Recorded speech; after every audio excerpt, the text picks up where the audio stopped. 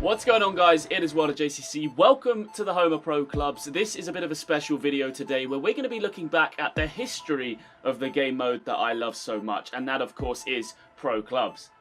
Please drop a like on this video if you enjoy, if you learn anything, or if you see your pro club along the way as we go back over all of the FIFAs to look into the history of the game mode. We start off on FIFA 08, and now I know a lot of you will be thinking, there was no pro clubs on FIFA 08.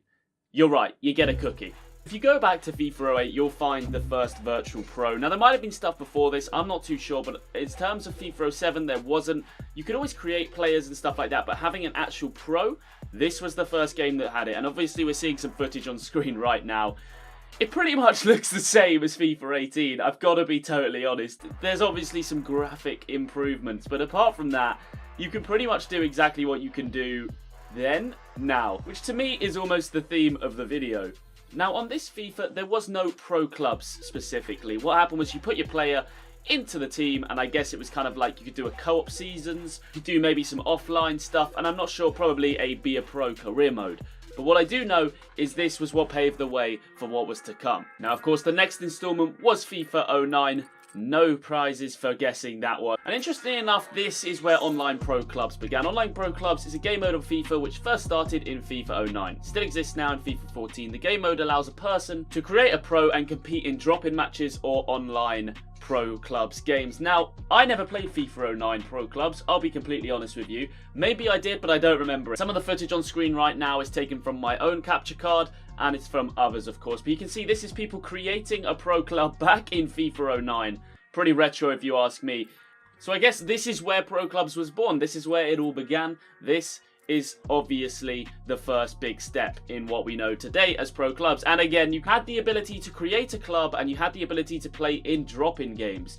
This, though, was still kind of the very early days of pro clubs. I mean, this was literally just so basic. You can see some pro clubs footage on screen right now, people controlling pros. This used to be a feature as well where people were able to control players from a team. So you can see this is just Milan versus Man United, and there are individual players controlling the star players of those teams. So controlling the Berbatovs of the day, the Ronaldos, the Rooneys.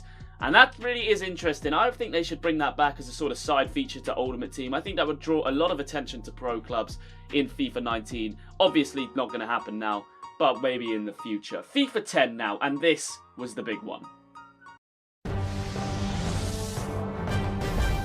Hi, it's Martin Tyler again, here to tell you more about some of the Virtual Pro features to help you through your career. We'll start with Game Face. Thanks to EA Sports Football World, this year you can create a photo game face on the web and download this into your game. Where's that now? Visit www.easportsfootball.com to upload your photo and create a game face today. You can use your Virtual Pro in all the offline game modes: Manager mode, Be a Pro Seasons, Tournament mode, Lounge mode, and even Kickoff. I seriously just don't understand. Why can't I do that now? No matter where you play with your pro, be it offline, online, or in the practice arena, you'll be able to unlock accomplishments to improve your player. Accomplishments are on-the-pitch achievements and milestones that reward you with attribute improvements related to your accomplishment. For example, scoring your first goal will improve your finishing. As well as improving your attributes, completing accomplishments will also unlock player traits, extra celebrations, and some new kit for your pro. I really miss the accomplishments. Now, I prefer the growth system as it is now. It should not be solely accomplishments. But if you see in the Pro Clubs video, in the top right-hand corner of this right now, I've spoken about it before, what I would like to see brought into FIFA 19 Pro Clubs and future Pro Clubs. Releases, accomplishments have got to be brought back, in my opinion. You can view your current player abilities by selecting My Skills and Stats from the Virtual Pro menu. You can also take your created player online to take part in EA Sports Pro Club Championship. Here you can get together with friends by creating or joining a club and battling it out to be the #1 club in your regional league, or even climb to the top of the world standings. I'm not imagining it, right? I mean, this game was probably better on FIFA 10 in terms of the features than it is on FIFA 18. Look at the state of these leaderboards right now compared to there. You can also play with your player in pro-ranked matches, which is a great way to meet other pros, find teammates and build up your online stats, all of which increase your chances of being scouted by a top club. And the option to download your club members' game faces so you can view your teammates' photo game faces when playing club matches. Something that doesn't exist right now. If you're looking to prove yourself as one of the world's top players, there's no better way than to take the pitch in the Pro Club Championship. On behalf of EA Sports and FIFA 10, good luck with your virtual pro football career. So obviously FIFA 10 was a big one for the pro club scene, and it didn't stop there. There was loads of big updates to the game that they brought in, obviously from FIFA 9.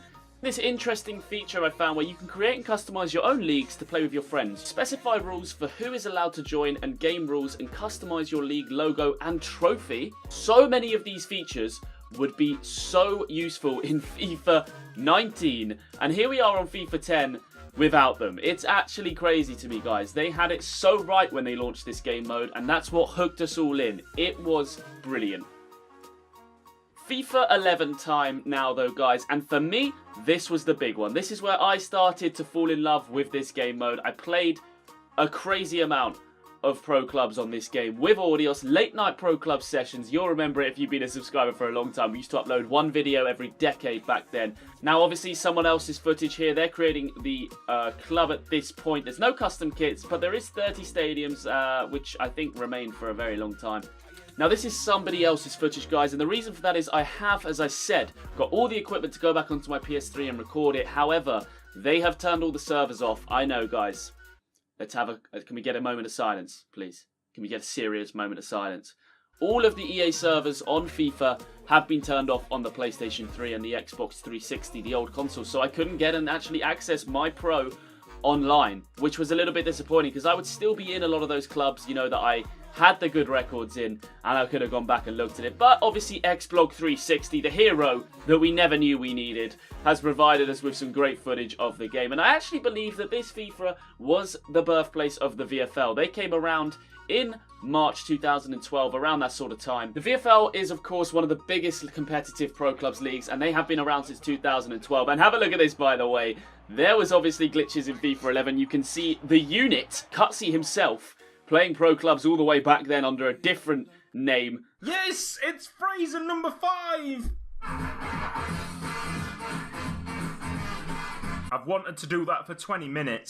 No, but for real, the VFL, obviously 2012, they came into action in March, so the FVPA had actually come in around 2010, so they got on it very early, but I don't have too many connections with that league myself. Now, FIFA 12 time, Xbox 360, we're still back on the old console, so the servers are still off, but as you can see, this was one of my favourite lobbies and menus. I remember spending so much time on this game when that little animation would go through and they'd kick the ball or they'd come back and head it. And we're looking at someone else's footage again here, but you can see it's pretty much the same as FIFA 11 before it. They haven't really added much to this game, but I mean, they have added some improvements. At this point, Friends Records had a dedicated screen that you could go and look at. Menu changes were easier for editing your pro.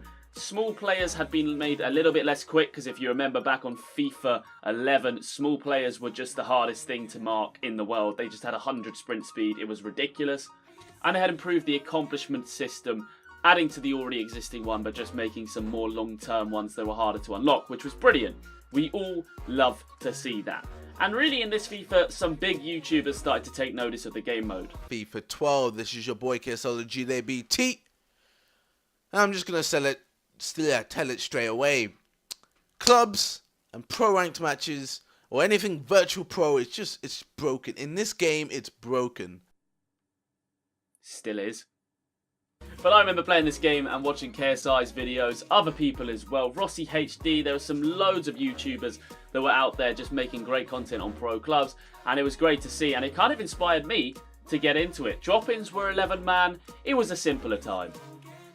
FIFA 13 rolled about though in September of 2013. Who would have thought it?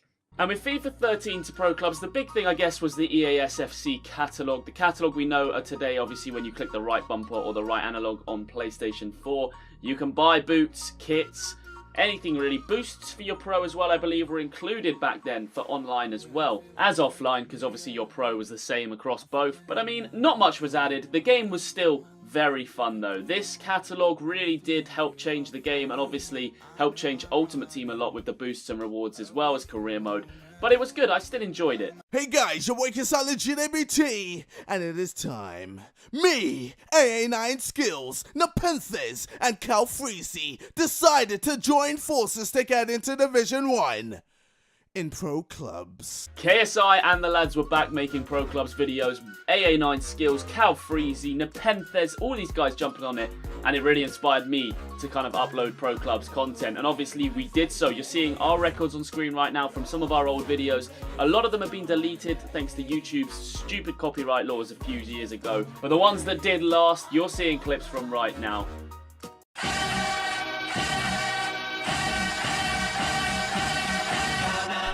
What is up, guys?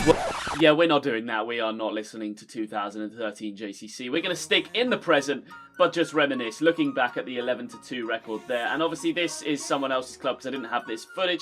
You can see the trophy cabinet, lovely, looking beautiful, and this great feature that needs to return. This pre-game lobby where you can see the kits and you don't get a kit clash, especially with the custom kits now on FIFA 18, FIFA 17. You clash with everyone. You always clash. If you play a Divisions game, it's like a 1 out of 5 chance if they're wearing a custom kit, it's going to clash. It's not good enough. FIFA 14 time, and this was a big transitioning period for pro clubs and all FIFA game modes. They completely reinvented the menu system to that sort of blocky one that we know and love today. And they obviously made a lot of changes to pro clubs. They rebalanced a lot of the stats. Peak level for your virtual pro was also lowered. Weird one is CPU players were now based on your region, which I didn't even know until researching for this video. They removed the any feature in drop-ins, which is definitely a blessing. And pro clubs leagues like the FGL were founded on FIFA 14.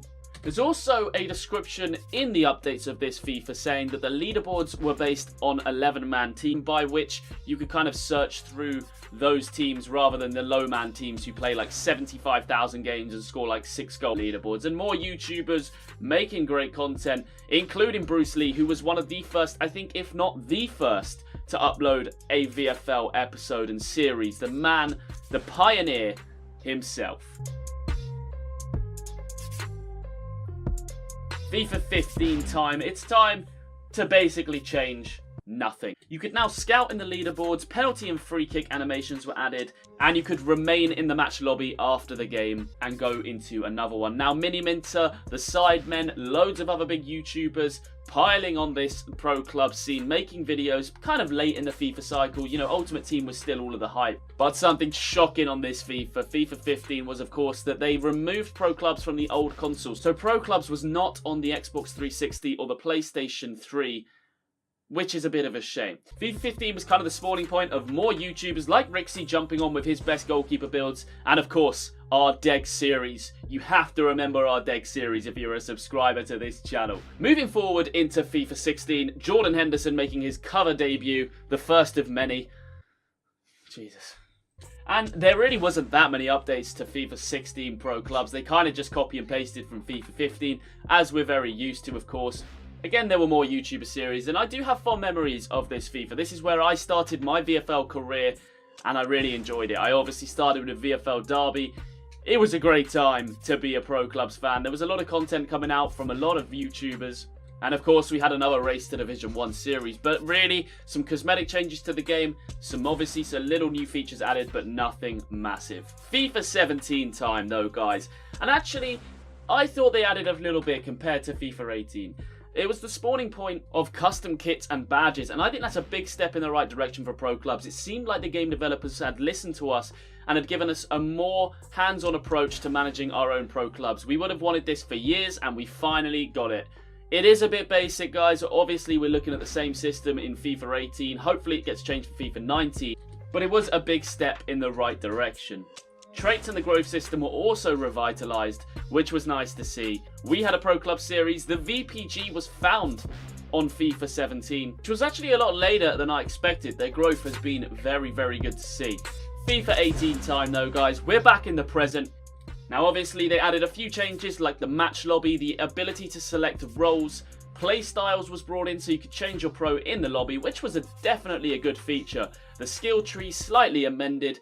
Player trait system slightly amended, and kit customization was slightly improved. But to be honest, on this FIFA, the changes weren't too drastic, and we were kind of hoping for a little bit more. But again, a move in the right direction, and that brings us right now to FIFA 19. Now, obviously, at this point, I've only played the beta, and I was very disappointed. There was not a single change, which obviously does worry me. They need to be making sure at Gamescom this week that they announce some changes to FIFA 19 Pro Clubs in order to keep us all happy as consumers.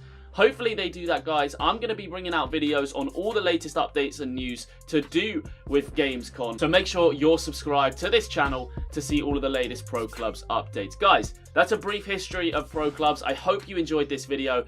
It's been a long time in the making. It's taken me about 3 or 4 days to make this video because of all of the recording on the old consoles, waiting for stuff to come from Amazon, and of course doing all of the proper research to make sure that I had all the facts correct. So if you did enjoy this video, leaving a like on it would mean a huge amount to me. Drop your comments in the comment section down below and tell me what your favourite FIFA was. For me, I'm going to go with FIFA 13. I have to say FIFA 13. When you could just finesse from about 60 yards and you know it's going in striker, it was a great time to be a Pro Clubs player. But I absolutely loved so much about FIFA 13 Pro Clubs.